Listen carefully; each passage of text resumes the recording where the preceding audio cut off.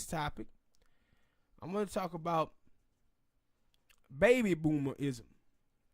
And is money important when you have none? And what I mean by that is this. Seeing some girls, and they were saying that money is not important going into a relationship. Dude saying no, it is. The reason why I have a problem with this is on a bunch of different reasons.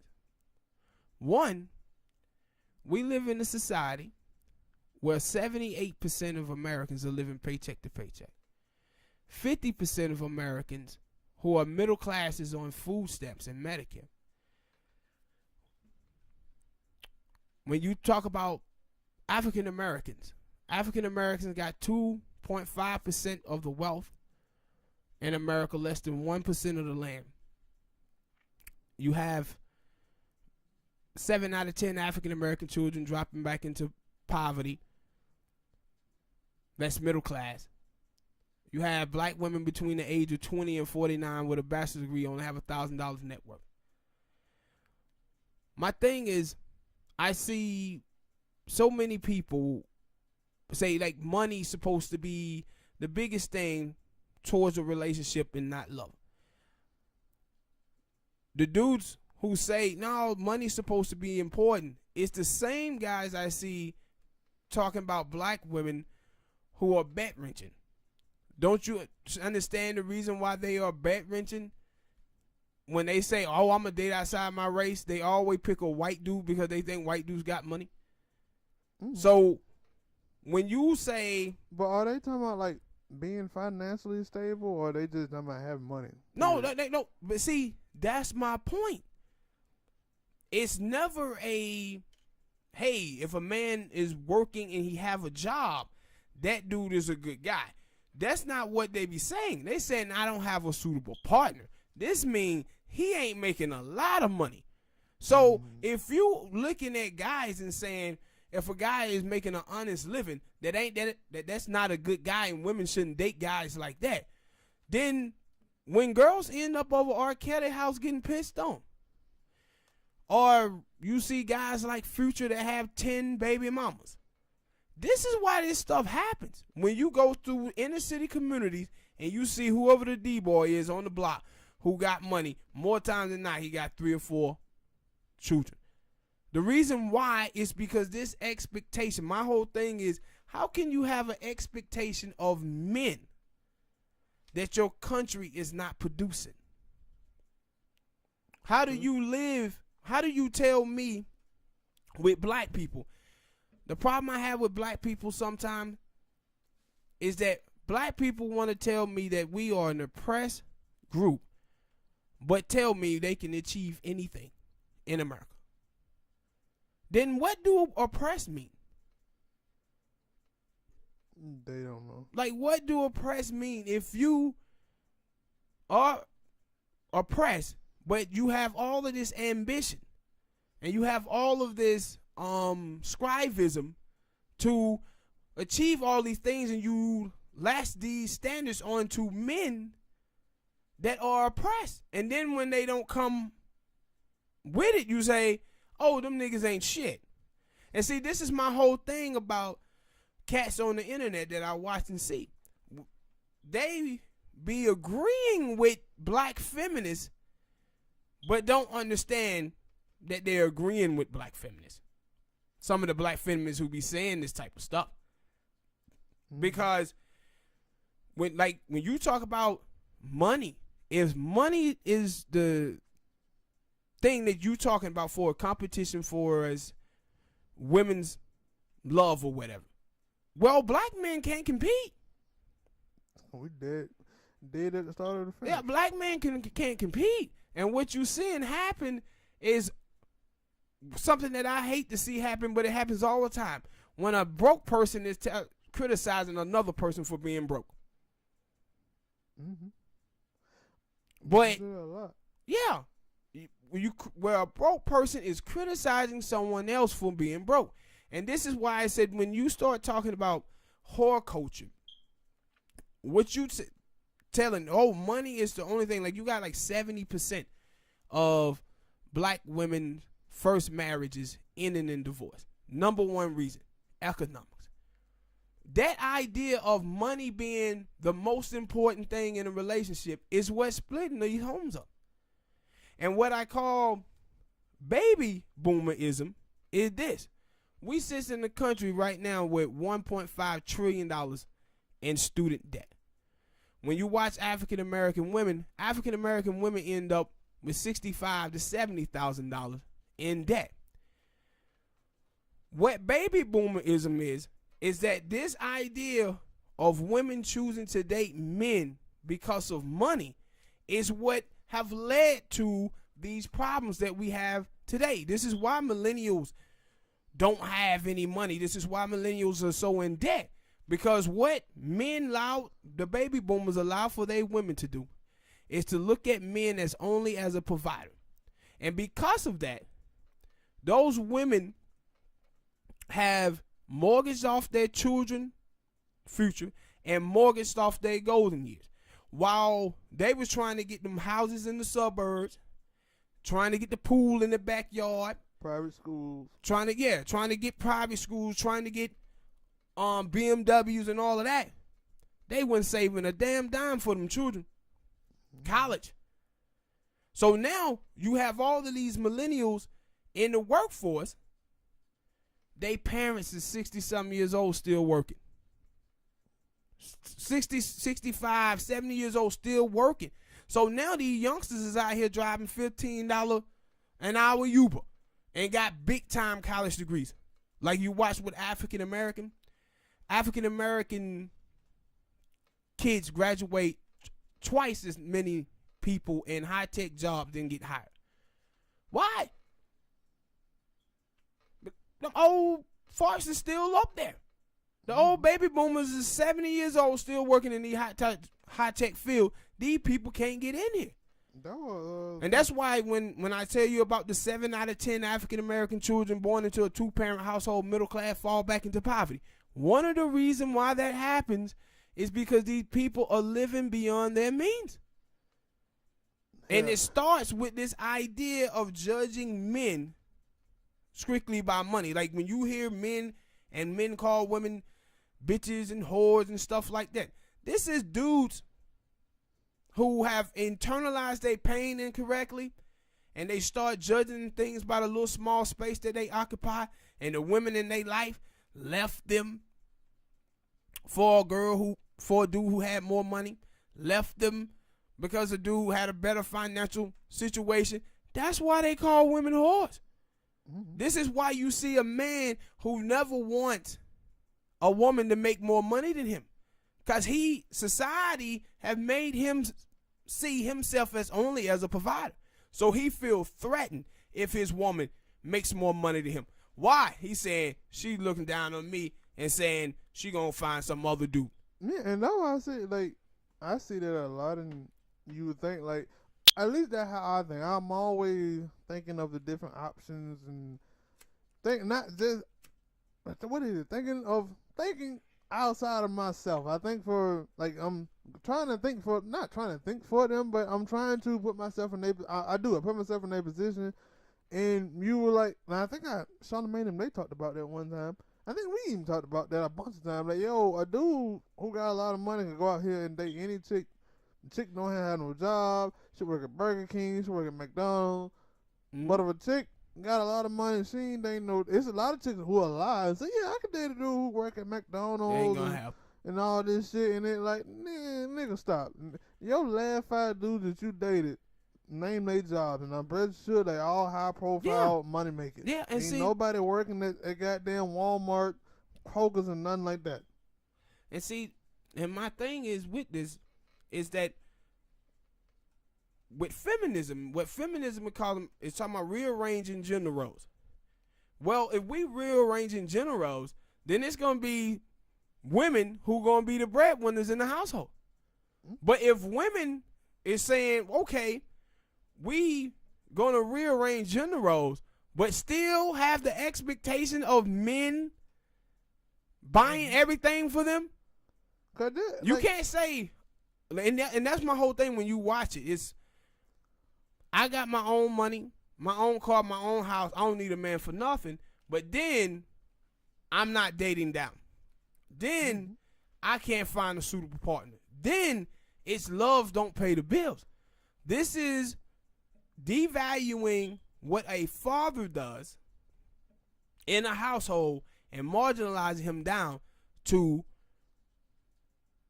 an ATM. This is when you see women who come from broken homes who get these college degrees and start saying, I don't need a man.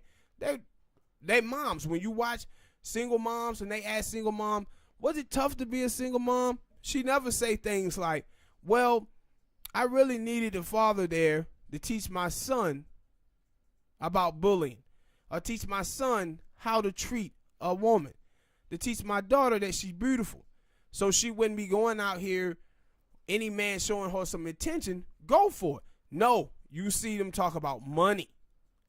Money. That's why it was so tough. See, marginalized men down to money. And I don't think that when people say this stuff, they don't think about like, yo, it's a reason why it's a label of some men who have a lot of money. It's called sugar daddies. And why are they sugar daddies? And see, my thing is, I'm gonna ask you this. My thing is, if you have that mindset, this is the same thing with men. I have a problem with men when men marginalize and devalue women down to tits and ass. If you look at women like that, don't get in a relationship with a woman. Go hire a hooker, man. Mm-hmm. Like, go get you a hooker, go get you a scripper, if that's the way you see women as a sexual object. And my whole thing with women, if you looking at a man for what he can do for you, then you need to go set up shop at some motel and start putting your name out there on the internet and ordering up that deep so you can get paid. Or try to, yeah. Or, but what you see, and see, my problem is with this, Spank, when people say about black people, how come we're not fighting for reparations? How come we don't have any black politics? We don't have any black politics when you start thinking that a college degree can overturn 300 years of slavery and 100 years of Jim Crow.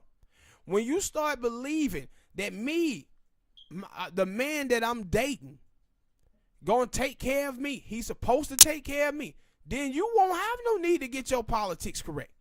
Because you thinking that you can do this doing these things. And that's what you see from black America.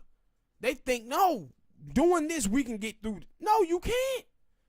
Mm-hmm. No matter how much it hit them. And now why you still have goddamn black people out here being poor. Or you still have a lot of people out here being poor, not just black people.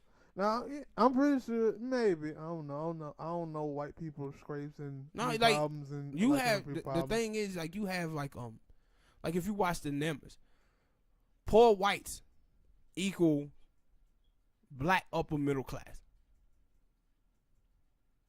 Oh, okay. So what middle class black people are, the money that middle class black people have, money in the bank, that's what poor white folks have. So we really don't have a middle class. Like, the black middle class family without appreciating assets only have $1,700. But they would tell you that they doing it though. Yeah, exactly. And that's what I'm saying, like, with the expectations of black people. Black people tell you that we are oppressed, but they believe that they can achieve anything, that you're supposed to achieve everything. And that's my whole thing. When you watch, like, I was reading this report where it was like, 2.5 million black men are missing. This is through death, incarceration, where you have, like, in any given neighborhood, you have like 2-to-1 ratio. 2-to-1 black women to black men. So when you break that down and you start talking about money, and money being the thing and love don't mean nothing, then don't be surprised when we sit around here with all these baby mamas in broken homes. Because what you teaching women is to value nothing but money. That means she goes to the highest bidder. The Prince Charming with the golden shield and the big ass mansion. And see, this is the thing where I say with these incel kids and these black nerds, and these black nerds be out here talking about, man, black women are attracted to bad guys. I say, nah, bad guys didn't realize how simple some of these women are. And not just black women. They didn't seen that if I wear nice shoes, nice clothes, if I have a nice car, I can sleep with these women because they up for the highest bidder. Them guys just happen to end up being bad. And my whole thing is, if you so obvious about why you dating guys for money, then you give all of them guys the power. You give them guys all the power, because now what you have done is you have marginalized and drawing down your dating pool to a small group of guys. But some of them, I think the word is dilute themselves into thinking that ain't the reason why. Some women, they'll tell you, oh yeah, it's good for a dude to have money in a relationship, but they ain't telling you that. No, I'm saying that because I only want to date a dude who got a lot of money. No, and see, my thing is, I don't have no problem with a woman ending up in a relationship with a dude who has a lot of money.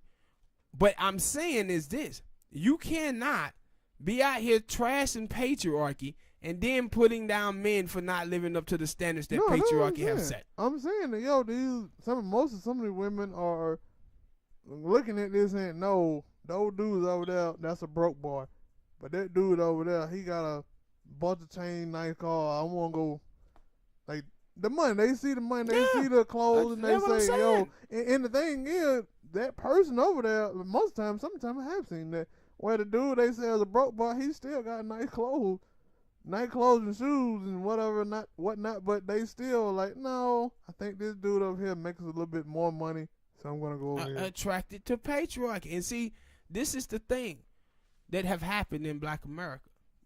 Hip hop have made this shit seem easy. It have taught us as black people the hook and John mentality, where men in videos have women up as sexual objects. Then they flashing all of this money. It tells the men that women are sexual objects, but it also tells the women to be gold diggers. Mm-hmm.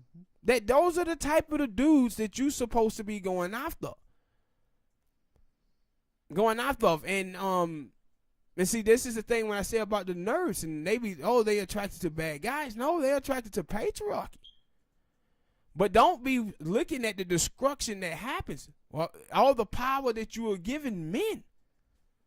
Like, you giving men all this power by making them this small group of guys that you're attracted to. And you're attracted to them not for money reason. I mean, for love, just for money. And my whole thing is, when you get a man with a lot of money, see, women will tell you about their standards, right? I want a man who got this, and that. But when you get a man with a lot of money, he has standards too. True. See, the thing is with a lot of chicks is the chicks want to think like a hooker, but don't want to perform like a hooker. Man, I think I was telling you about that, about Charlamagne. They had if you date a man for money, then it make you a gold digger. Yes. And one of the caller called in and was like, it ain't nothing wrong with a woman dating a dude for money and stuff like that. And they were like, well, what about love, compassion, and dude treat you right and all of this and that. And they were like, well, that's good too, but they're like I forget the word that she used, but it basically means like that's an addition. Yeah, I'm mainly going for the money. For the money, and that like you do know that when that happened, because Charlamagne was like, oh, so you saying whatever, like it don't matter the dude treat you bad or not, as long as he got money. And she was like, no, he treats you bad. Of course he treats you bad. You shouldn't. But that ain't what you were just saying. No, and see, the thing is that a lot of chicks don't understand is a lot of men are as faithful as their options. So if you got some money and you have all the options out here, because all of these girls are looking for the same thing in a man, temptation can only go so far. Temptation of the flesh, you can only hold back from that so far. And that's why I said, like, women can be this way, think this way in their head, don't say that shit out loud. Don't say that out loud. They can't help it. And that's why I was talking about with that report where I seen this Jamaican woman was in a relationship with this racist white dude who called her nigger bitch doing sex and said whether or not he would ask her, you know, I wonder if my people own your people. And he said, you know, I kind of bought you your freedom. And he was just a flat out racist. And she was saying, telling people, please don't tell me to leave my husband because I can't afford the lifestyle if I leave him. Shawty, you met him at an Ivy League school.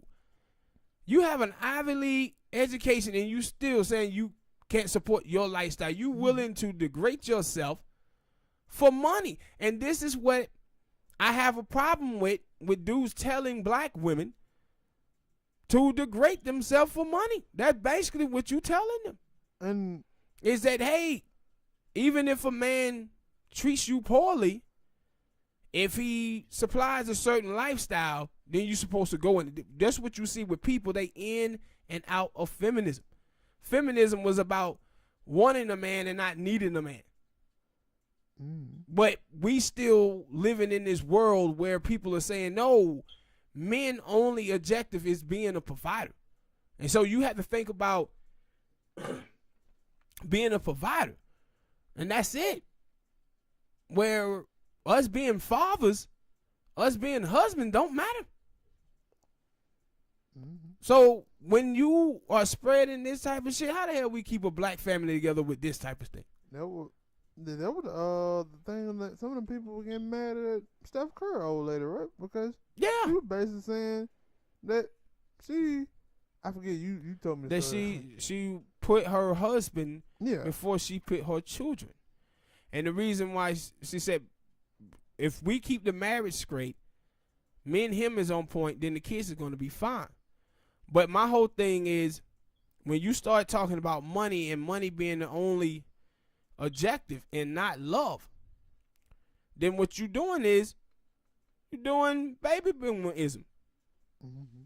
Like, this is why we are in the shape that we are in as a country. When you see 78% of Americans say they living paycheck to paycheck, man, that's a lot of people who living beyond their means, and it's a lot of men sitting up there trying to be a provider and not being truthful about his economic situation, where he need to be downscaling so he'll be able to save some money. But he's not doing that. He ain't doing that. And I said, like, this is like performing whore culture. And that's why I said, when you hear these black dudes out here talking about back wrenching women, I said, don't you understand why they doing it? No, because some of them dudes don't even understand why they sleep with more than 8 or 9 women. Yeah, I said, yo, anytime you hear these black women out here saying that they trying to find Zaddy, yeah, it's strictly for money.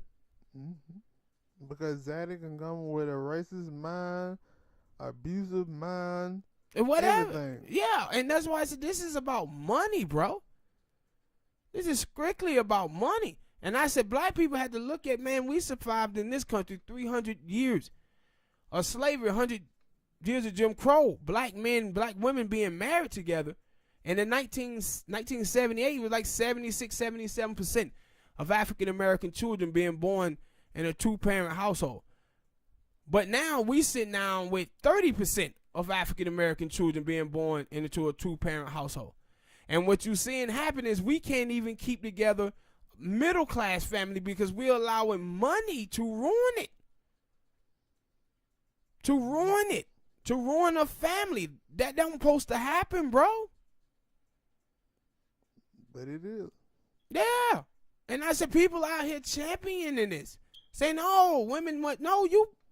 I said, that's why I said, like, if you, with the attitude that people have, if we as a country was to go from a monogamy country to a polygamy country, you'll be surprised how many women be lining up to trying to be with dudes who got money. Dudes, it would be where R. Kelly house is. Because people don't want to tell the truth about that, Smoke. That's what R. Kelly is. Like, them girls are over there with R. Kelly because of the lifestyle he can provide them. That's what it is. I said, when y'all out here practicing baby boomerism, like, this is why this country is in the shape that it's in. Ain't nobody saving nothing. Nope. Ain't even attempt to try to save anything.